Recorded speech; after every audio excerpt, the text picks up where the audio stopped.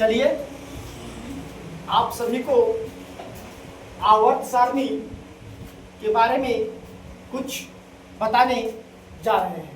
ठीक, देखिए बोला जाता है क्या, आवर्त सारणी क्या है। केमिस्ट्री के क्षेत्र में आवर्त सारणी क्या ज्ञान होना बहुत जरूरी है। ठीक, होता है कि आवर्त सारणी का जनक किसे कहते हैं, तो बोलना है दमित्री मेंडलीव। बोलता है कि आधुनिक आवर्त सारणी का जनक किसे कहते हैं। एक होता है आवर्त सारणी का जनक, जो आवर्त सारणी पहले बनाया था सबसे पहले, तो बोलना है दमित्री मेंडलीव। बोलता है आधुनिक आवर्त सारणी। आधुनिक के मतलब क्या होता है, जो फिलहाल चल रहा है, उस पर हम लोग काम कर रहे हैं जिस क्षेत्र में, वही बोलता है क्या कि आधुनिक आवर्त सारणी का जनक किसे कहते हैं, तो बोला हेनरी मोसले को। ठीक, बात समझिए। बोलता है क्या आवर्त सारणी में कुल कितने तत्व होते हैं। आवर्त सारणी में कुल कितने तत्व होते हैं, तो बोलना है 118। कितने होते हैं, 118। फिर बोलता है क्या आवर्त सारणी में कुल कितने धातु होते हैं, तो बोलना है 89। कहीं कहीं क्या देता है, 90 भी देता है। ठीक, बात समझिए।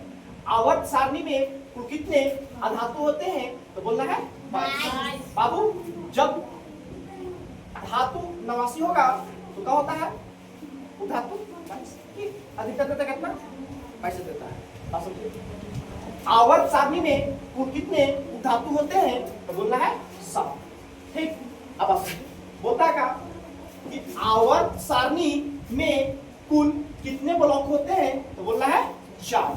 आवर्त सारणी में कितने ब्लॉक होते हैं, तो होता है 4, जिसको बोलते हैं एस पी डी एफ। कितने होते हैं, 4, जिसको बोलते हैं एस पी डी एफ। बोलता है आवर्त सारणी में पी ब्लॉक, क्या बोलता है आवर्त सारणी में पी ब्लॉक के तत्व को,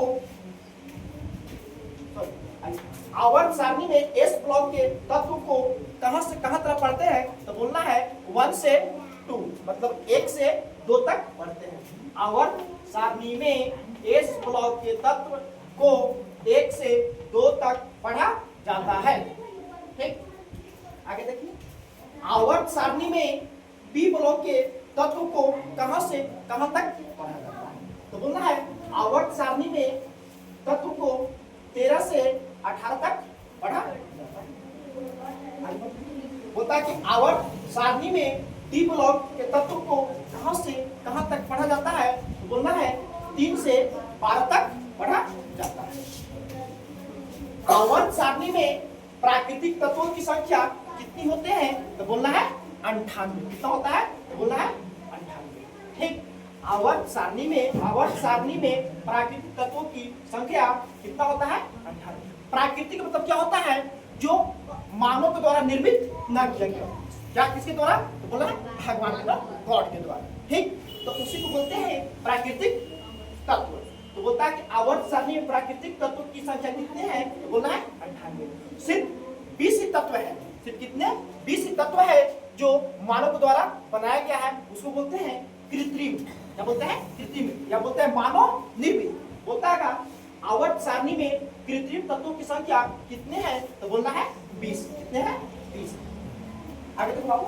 बोलता है प्रथम कृत्रिम तत्व कौन है, तो बोलना है पोलोनियम। क्या है, जो मानव द्वारा, मानव जो था तत्व बताया कितना, बोलना है इसको। जो बोलता है जो पहला तत्व कौन बनाया था, तत्व का नाम क्या है, तो बोलना है पोलोनियम। ठीक, बोलता है एकमात्र, क्या बोलता है, एकमात्र द्रव धातु है जिसे क्या कहते हैं, पारा। क्या बोलते हैं, पारा। जिसका संकेत क्या है, तो H है। क्या है बाबू, सबसे हल्का तत्व। अगर तत्व की बात किया जाए, दुनिया का सबसे हल्का तत्व क्या है, तो बोलना है हाइड्रोजन। क्या है, हाइड्रोजन। ठीक बाबू, आगे देखो। बोलता है का सबसे हल्की गैस क्या है, सबसे हल्की गैस, तो बोलना है क्या, हीलियम। क्या है, हीलियम है। हीलियम सबसे हल्की गैस है। ठीक, जिसका संकेत क्या है, He। बोलता है क्या, सबसे भारी धातु, सबसे भारी धातु, दुनिया का सबसे भारी धातु क्या है, तो बोलना है ओसियम, जिसका संकेत होता है ओ एस। क्या होता है, ओ एस। बाबू आगे देखते हैं क्या बोलता का, सबसे हल्की धातु, सबसे हल्की, एक होता है सबसे भारी जिसको उठाने में क्या हो, वजन हो, एक होता है सबसे हल्की जो उठाने में आसान है, हल्का नहीं। क्या बोलेंगे, हल्का वाला को बोलेंगे हल्की धातु और भारी को बोलेंगे भारी। तो बोलता यही है